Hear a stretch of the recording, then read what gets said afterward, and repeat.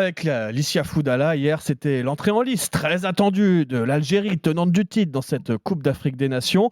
Encore ratée, puisque les Fennecs ont été tenus en échec par la Sierra Leone. 0-0.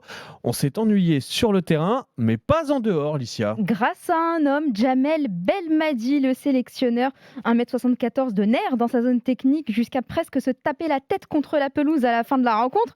Du spectacle, du show, voilà ce que nous offre le technicien algérien depuis son arrivée à la tête des Fennecs en 2018. On ne s'ennuie jamais. Il a du répondant, de la personnalité. C'est un maître punchliner, c'est-à-dire qu'il a toujours le bon mot, comme lorsqu'hier, après son match nul, un journaliste lui pose une question lunaire sur les conditions climatiques difficiles qui attendent l'Algérie en Côte d'Ivoire pour la CAN 2023. Mais c'est quoi votre question en fait? Si vous voulez rentrer là-dedans, vous allez rentrer dans un mur, monsieur. Vous me parlez de 2023 alors qu'on vient de commencer la Coupe d'Afrique au Cameroun maintenant, aujourd'hui. Donc vous comparez quelque chose qui est incomparable. Ça c'est un. Vous avez posé votre question, Khalas. Aujourd'hui il faisait très humide, très chaud. Ce n'est pas une excuse. Il n'y a pas de lieu de Côte d'Ivoire ou de me parler de prochaine Coupe d'Afrique. On est là au Cameroun, on démarre ici, on reste sur le Cameroun. Et vous êtes journaliste, vous n'êtes pas météorologue.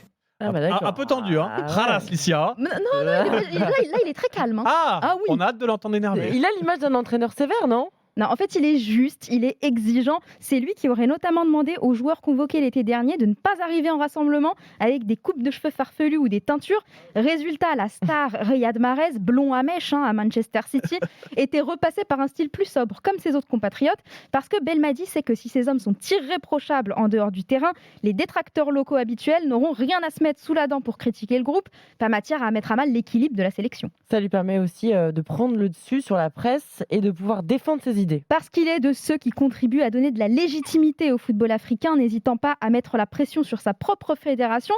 Jamel Belmadi, c'est celui qui dénonce le manque de sérieux des jardiniers, à cause desquels le terrain du stade Mustapha Tchaker à Alger est impraticable. Celui aussi qui fait de l'amour de l'Algérie sa grande bataille. Dernier exemple en date, le cas Andy Delors. Je ne sais pas si vous vous souvenez. Nouveau binational en 2019, l'attaquant qui a signé à Nice cette saison a annoncé à l'automne dernier préférer aider son club plutôt que d'aller à la CAN.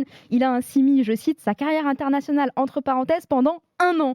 Alors dans Rotten sans flamme, c'est Belmadi qui s'est enflammé. Donc ça c'est la grosse blague de l'année, ça il faut pas passer à côté faut pas passer à côté des choses comme ça et dire des énormités comme ça. Uniquement pendant une année, c'est ou de la grosse stupidité, voilà le culot qui n'a pas de limite. Donc ça nous on n'accepte pas ça. Il y a quoi dans un an? Il y a la Coupe du Monde. Voilà.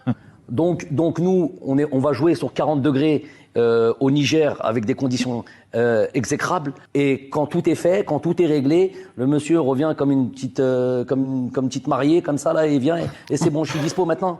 C'est Andy Delors qu'il compare à une petite mariée. Une petite mariée, Andy Delors, voilà. Vous voyez le personnage, droit dans ses bottes. Aujourd'hui, il estime que sa sélection a failli à sa mission pour son entrée en lice. Pourtant, l'Algérie sous Belmadi, je vous le rappelle, c'est une CAN 2019 remportée et un record d'invincibilité de 37 rencontres de l'Italie peut être bientôt égalé. 35 matchs que les Verts n'ont plus perdus, c'est autant que l'Espagne en 2009 ou que le Brésil en 96. Oui, l'Algérie, c'est un peu le Brésil depuis que coach Jamel veille au grain. Alors on peut le dire, 1, 2, 3, viva Belmadi. Oui, 1, 2, 3, viva Belmadi. Et 1, 2, 3, viva Licia.